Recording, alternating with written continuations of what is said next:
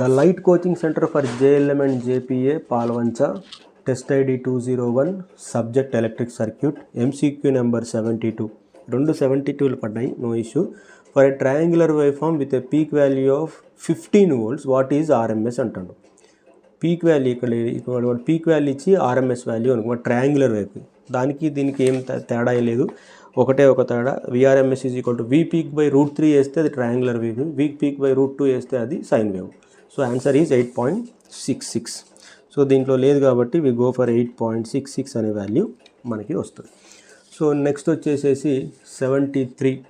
What is the maximum value of a sine wave with RMS value 25.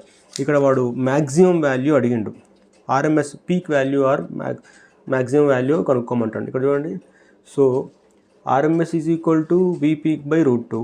So V peak is equal to ఏమవుతుంది, V RMS into √2. మనకు VRMS value ఇచ్చింది 25 into √2 చేస్తే ఎంత వస్తుంది, 35.55 అనే value వస్తుంది. So answer is A.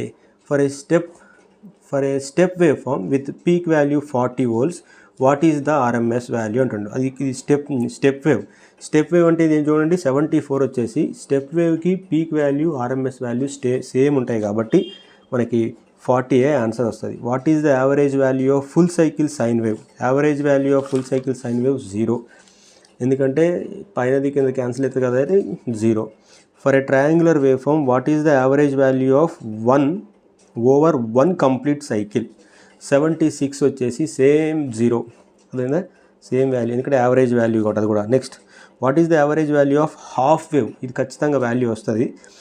Rectified sine wave with peak value 10. Half wave అంటే ఖచ్చితంగా అది 10/π. ఫుల్ వేవ్ 0 అయిపోతుంది.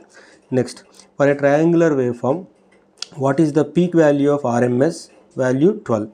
పీక్ వాల్యూ ఎంత అంటాడు ట్రయాంగులర్ వేవ్కి. చూడండి 78 వచ్చేసి VRMS is equal to V peak by √3 కాబట్టి 12 ఇంటూ √3 వేస్తే అప్రాక్సిమేట్లీ 20.78 వస్తుంది. అంటే ఆప్షన్ 20.78 అంటే option number D.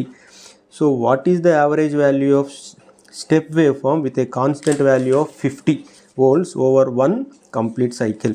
So average value of ఈ స్టెప్ వాల్యూ కాబట్టి రెండు సేమ్ వస్తాయి కాబట్టి, సో ఆ వాల్యూ ఈ వాల్యూ సేమ్ కాబట్టి యావరేజ్ పైది ఎంత ఉంటుందో కింద కూడా అంతే ఉంటుంది.